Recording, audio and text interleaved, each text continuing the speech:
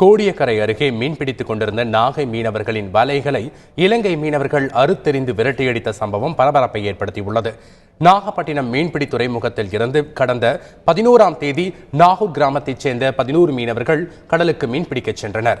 இந்த மீனவர்கள் 18ஆம் தேதி கடலில் மீன்பிடித்துக் கொண்டிருந்த போது அங்கு 2 படகுகளில் வந்த இலங்கை மீனவர்கள் 10 பேர் நாகை மீனவர்களின் வலைகளை அறுத்தெறிந்தனர். மேலும் கத்தியை காட்டி விரட்டி அடித்ததால் தமிழக மீனவர்கள் உடனடியாக கரை திரும்பினர். இலங்கை மீனவர்களின் நடவடிக்கையை தடுத்து நிறுத்த வேண்டும் என்றும் தங்களுக்கு உரிய நஷ்ட ஈடு வழங்க வேண்டும் என்றும் தமிழக அரசுக்கு மீனவர்கள் கோரிக்கை விடுத்துள்ளனர். வேளாங்கண்ணி நேரம் 35 நாட்டிகள் நேர் மேலா நாங்கள் சூரத்தொழில் மீன் பிடிச்சிட்டு இருக்கும்போது 18ஆம் தேதி இரவு ஸ்ரீலங்காவிலிருந்து 2 போட்டு வந்து எங்கள் வலையை நைட்டில் இரவாக வலையை கட் பண்ணி எடுத்து அவங்க வலையில் போட்டில் ஏற்றினாங்க. அதை கண்ட நாங்கள் அந்த போட்டுகளை போய் நாங்கள் எங்கள் மீதி வலையை எடுத்துக்கிட்டு அந்த போட்டை போய் தேடி போனோம்.